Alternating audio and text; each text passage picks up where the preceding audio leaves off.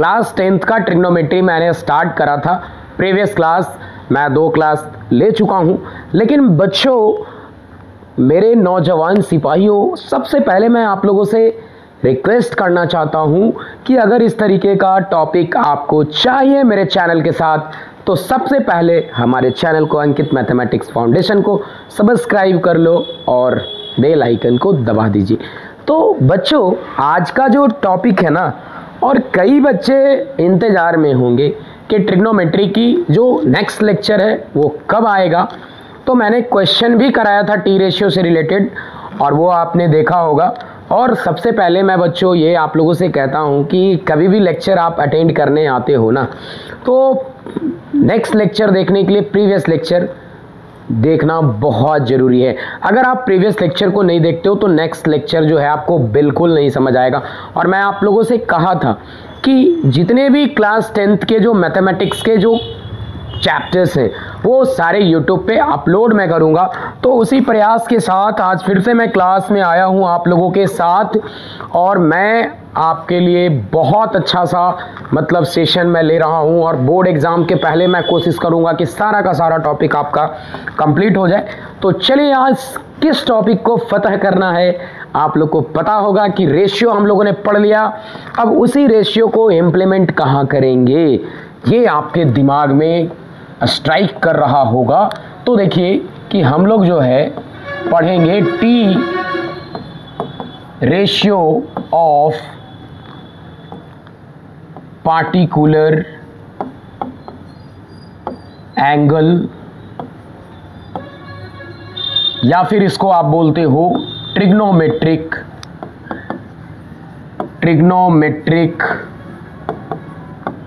Ratio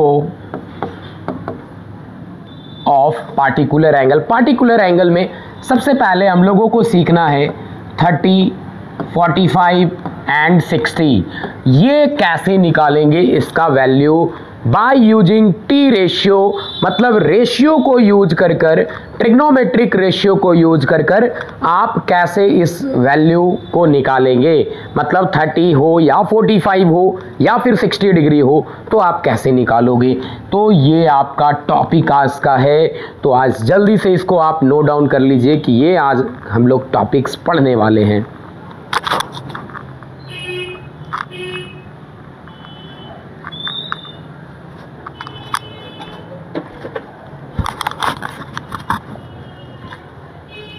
तो continue session को करा जाए।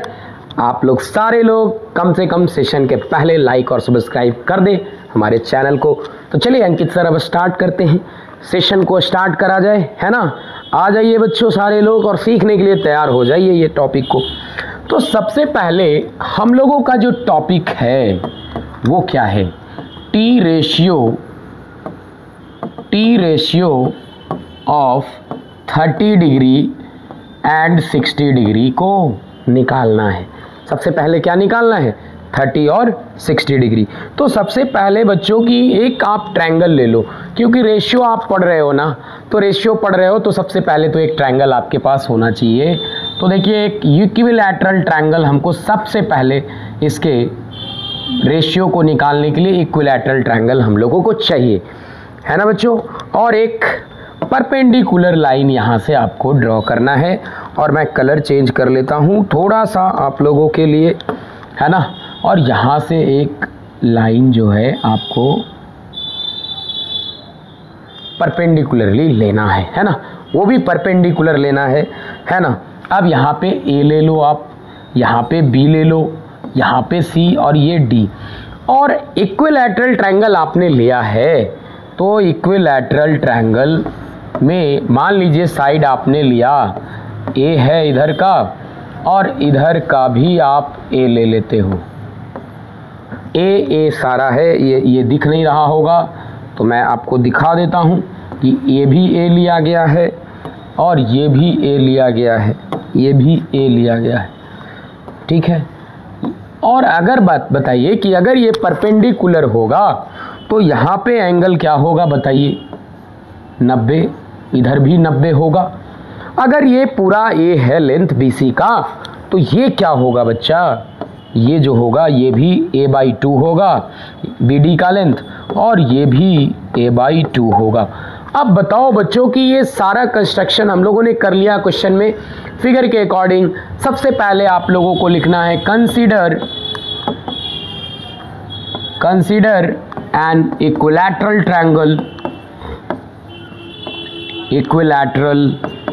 ट्रायंगल, है ना। अब ये ट्रायंगल हम लोग ABC लिए हैं, तो ABC हम लोग ले लिए, और इक्विलैटरल ट्रायंगल है बच्चों, तो AB बराबर BC बराबर CA। और आपने क्या लिया है कि AD परपेंडिकुलर जो है BC है, इसीलिए अगर हम लिखेंगे तो BD बराबर जो है CD, ये a/2 होगा।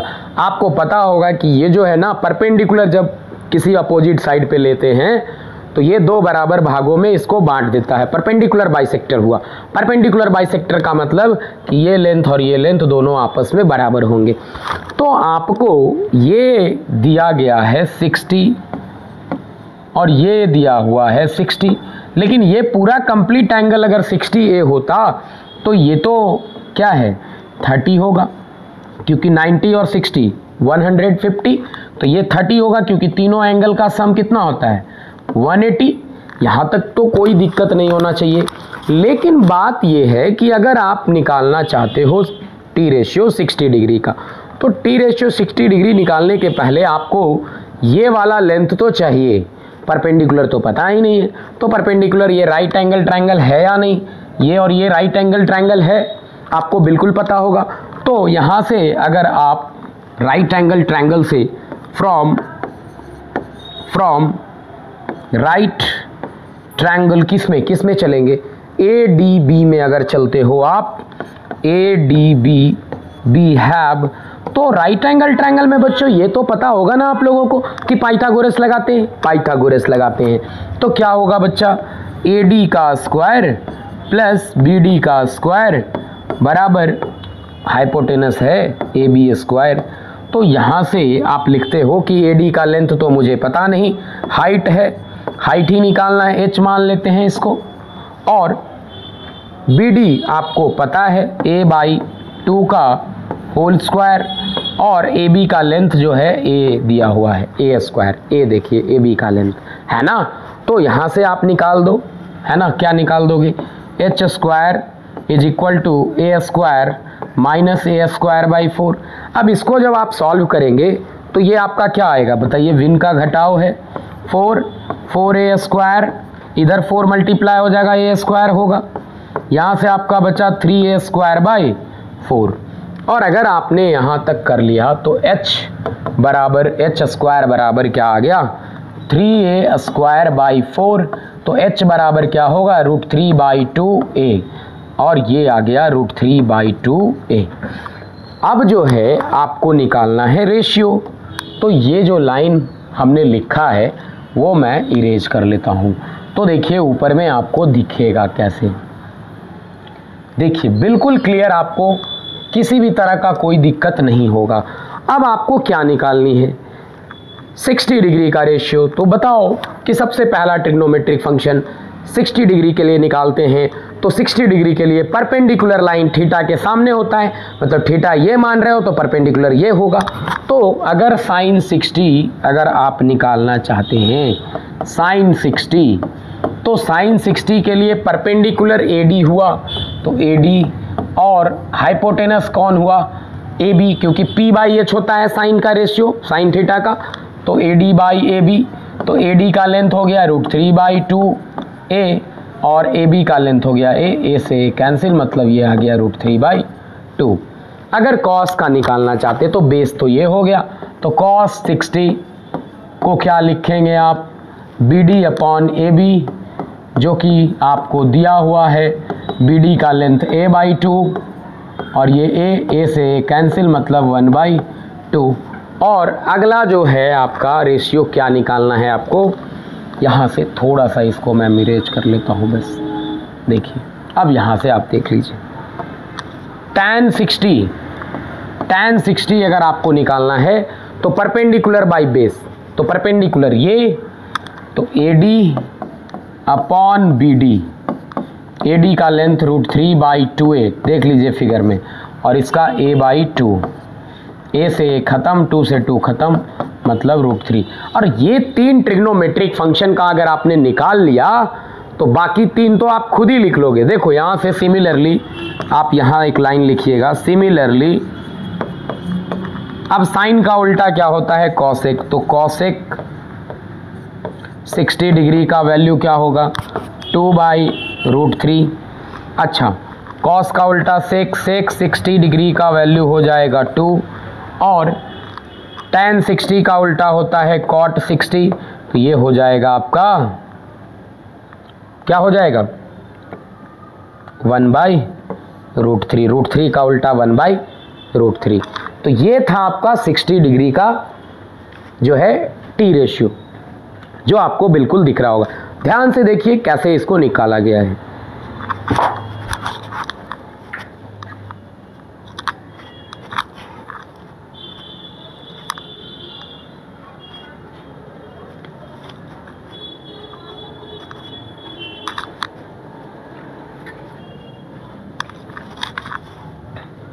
हाँ, तो अब हम लोगों को देखना है, फिगर वही रहेगा, बस 30 डिग्री का आपको निकालना है। तो देख लीजिए, देखिए 30 डिग्री का सेम चीज़ आपको हाइट दिया हुआ है। अब ये सारा आपने अगर लिख लिया है तो बस 30 डिग्री का मैं निकाल कर दिखा देता हूँ आपको। 30 डिग्री कैसे निकलेगा ये आप लिख लो, एक ही बार लिखना था। अगेन फिर से इसी फिगर को देखते हुए अगेन आपको निकालना है टी रेशियो 30 का, 30 का निकालना है आपको, टी रेशियो 30 का। तो अगर आपने थीटा इसको माना है तो ये परपेंडिकुलर ये होगा। तो अगर साइन 30 का अगर बात करेंगे आप, तो साइन 30 के लिए क्या हो जाएगा, BD अपॉन, ये तो परपेंडिकुलर हुआ और हाइपोटेनस वही रहेगा। तो BD का लेंथ आपको पता है a/2 है ना, देख लो, और AB का लेंथ क्या है, a है, a से a कट गया मतलब 1/2। cos 30 मतलब परपेंडिकुलर ये हुआ तो बेस ये हो गया AD, तो AD अपॉन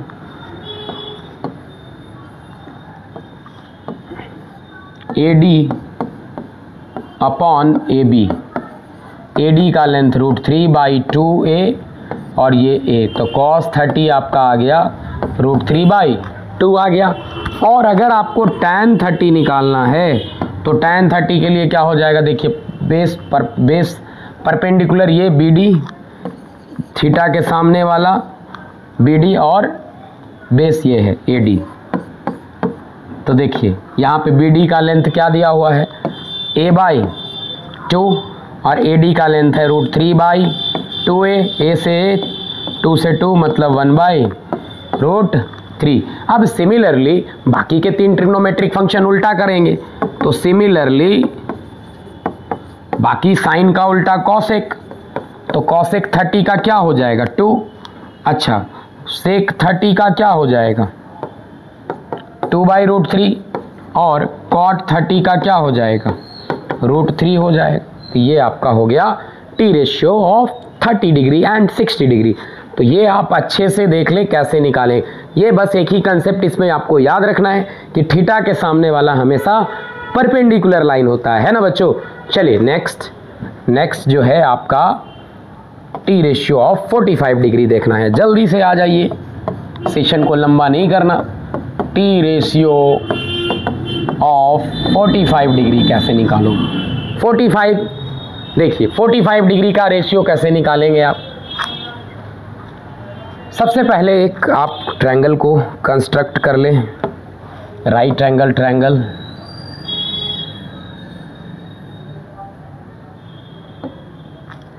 ये देखिए ये गड़बड़ हो गया, फिर से आप कंस्ट्रक्ट करें।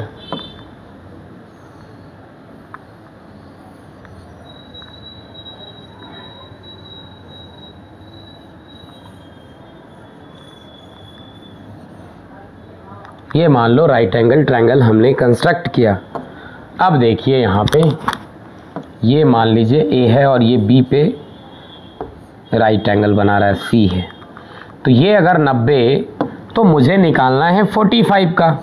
तो ये अगर 45 माने तो ये भी 45 होगा रिमेनिंग है, क्योंकि दोनों एक्यूट एंगल होगा। एक 90 तो ये दोनों एक्यूट एंगल, तो दोनों 45।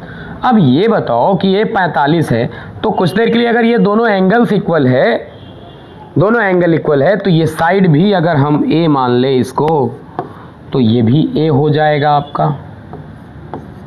ए होगा या नहीं बताओ, ये साइड ए होगा। अब बताइए कि यहाँ पे हम लोगों ने क्या किया है कि consider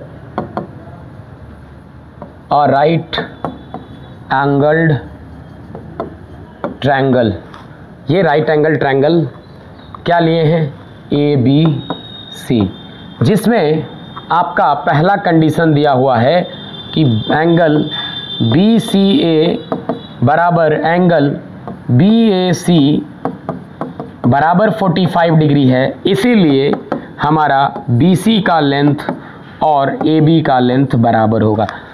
side opposite to equal angles are equal, side opposite to equal angles are equal, मतलब कि दोनों एंगल्स के इक्वल होने के वजह से ये साइड और ये साइड बराबर हो गया। अब इसमें आपको निकालना है 45 डिग्री, लेकिन आपका ये लेंथ तो हाइपोटेनस हुआ ना, ये हाइपोटेनस हुआ, जो कि ये पता नहीं। तो कैसे निकालोगे, जरा डिराइव करो। From right triangle A B C, इससे चलेंगे तो क्या हो जाएगा बताइए। ए बी सी से चलेंगे तो क्या हो जाएगा, we have A B C से चलेंगे तो देखिए राइट एंगल ट्रायंगल में पाइथागोरस तो लगाएंगे ही, ये जन्म सिद्ध अधिकार है आपका, है ना बच्चों। थोड़ा सा अगर गर्मी है तो पानी पी लो, तब मज़ा आएगा क्लास में। क्लास को मज़ा करके करो यार, कुछ भी हो, क्लास जैसा भी हो, आपको एंजॉयमेंट करके क्लास करना है। तो चलिए पाइथागोरस बता दो, P square is equal to B square, मतलब कि पी कौन है बता दो जल्दी से बता दो। A B square plus B C का square is equal to A C का स्क्वायर, है ना। तो ए बी और बी सी तो पता ही है, A square plus A square बराबर ए सी स्क्वायर, ये 2a square is equal to A C square. अब यहाँ पे आ जाइए, ए सी स्क्वायर बराबर 2a स्क्वायर, तो ए सी का लेंथ हो गया क्या, रूट अंडर 2a, तो ये आ गया आपका रूट अंडर 2a। अब आपको क्या निकालना है बता दो सर, 45 डिग्री का रेशियो जल्दी बताओ कि आपका साइन 45 के लिए, थीटा के लिए परपेंडिकुलर ए बी होगा और हाइपोटेनस ये होगा, मतलब ए बी अपॉन ए सी, जो कि ए बी का लेंथ है आपको ए दिया हुआ, और ए सी का लेंथ रूट 2a, मतलब पहला 1/√2 आ गया। कोई परेशानी बता दो बच्चों। चलो cos 45 चाहिए तो बेस कौन हो गया, ये वाला, तो बी सी अपॉन ए सी, इसमें भी ए दिया हुआ है, नीचे रूट 2a, मतलब ए से ख़त्म 1/√2। अच्छा अब क्या है, tan 45 क्या हो जाएगा बताओ, परपेंडिकुलर तो ये, तो A B upon B C, दोनों ए हो गया, कट गया 1, बाकी के 3 और चाहिए। तो सिमिलरली आपको ये भी आपको निकाल लेना है। तो क्या होगा, कॉसेक 45 क्या हो जाएगा, √2 उल्टा 1/√2 का उल्टा √2, है ना। अच्छा बड़ा मज़ा आ रहा है सर उल्टा करने में, है ना। सेक 45 में ये भी हो जाएगा, और कॉट 45 बहुत आसान रेशियो है ना सर, बहुत आसान। तो ये आ गया आपका टी रेशियो 45 डिग्री का। क्या मज़ा आया। चलो नेक्स्ट, ये जो है आपको ये निकालें, एग्ज़ाम में नहीं पूछता, ये सिर्फ आपको वैल्यू याद रखना है। बाकी 3 का आपको अगर याद है तो बाकी 3 का तो बहुत आसान है बच्चों। अरे भुंजा खाते खाते याद कर लोगे, अरे कभी कुछ स्नैक्स खाते हो ना, स्नैक्स खाते खाते इसको याद कर सकते हो, इतना आसान है। तो बोलना कि अंकित सर ने बोला था, बहुत आसान है, बट फिर भी बच्चे कंफ्यूज रहते हैं। साइन 45 तो मुँह चमनप्राश जैसा बना देते, नहीं बता पाते। tan 45 क्या होता है, नहीं आता है सर। अरे क्या है भाई, ये बहुत आसान है, आपको याद करना है। चलिए नेक्स्ट जो है आपका वो दो ऐसा वैल्यू है जो आपको ये याद रखना है, 0 और 90। तो ये आपको सबसे पहले साइन 0 होता है, ये अभी आप याद रखिए। cos 0 डिग्री 1, क्योंकि 11 क्लास में जब आप जाएंगे तो ये सारा रीजन आपको समझ आ जाएगा कि ये कैसे होता है। tan 0 cosec 0 अनडिफाइंड होता है, और आपका sec 0 1 होता है, और cot 0 ये हो जाएगा आपका, ये क्या था, sec 0 1 होता है, और cot 0 अनडिफाइंड होता है। इधर sin 90 का वैल्यू आप याद रखेंगे 1, cos 90 याद रखेंगे 0, ये सब बस याद रखना है आपको। tan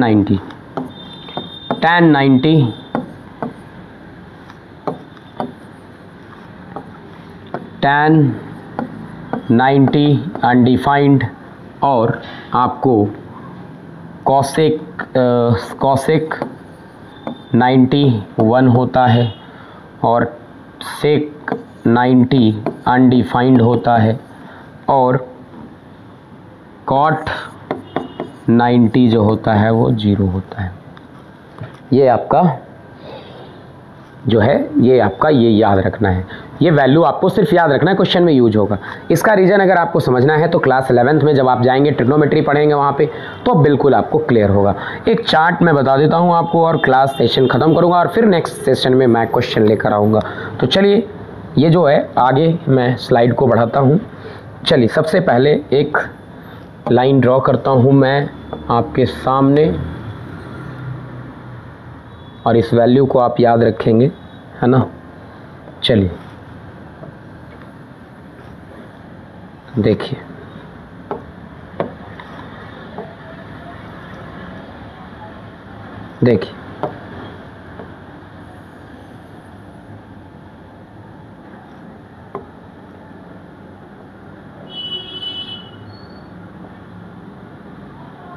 समझ लीजिएगा, ये है आपका चार्ट। अभी और बनाना है आपको।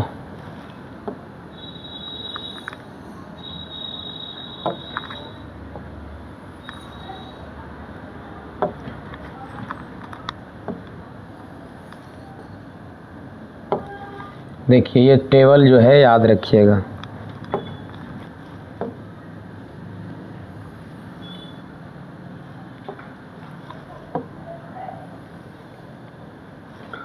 बहुत सारा हो गया, 1 2 3 4 इतना में तो हो ही जाएगा आपका।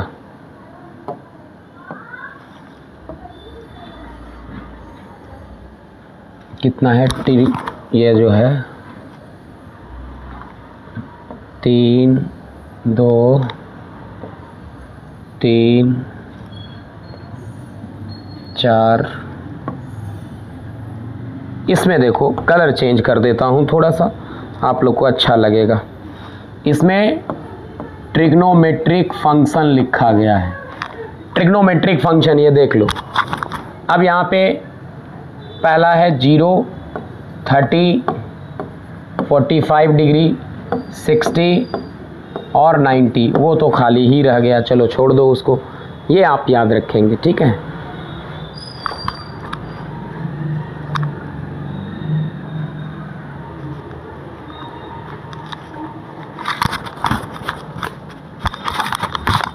चलिए, इस वैल्यू को याद रखेंगे कैसे, वो अभी मैं क्लियर करूँगा। Sine theta, cos theta, tan theta, cosec theta, और कॉस का उल्टा सेक थीटा, टैन का कॉट थीटा। अब देखिए कि साइन 0 होता है।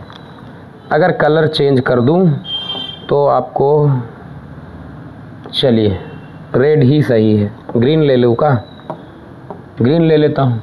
साइन 30 1/2, साइन 45 1/√2, साइन 60 √3/2, साइन 90 1 होता है, कॉस 0 डिग्री 1 होता है, कॉस 30 √3/2, कॉस 45 1/√2।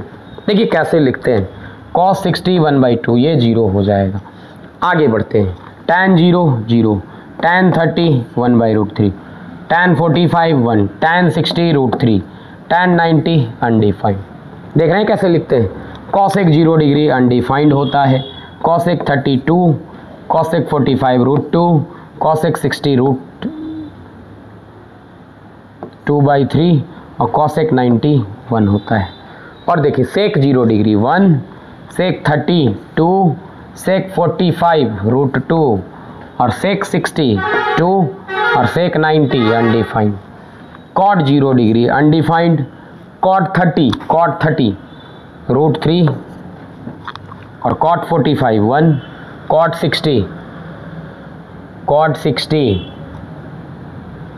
60 का हो जाएगा 1/√3 और कॉट 90 जो होता है वो 0 होता है। ये आपका टेबल है जो याद रखना है आपको।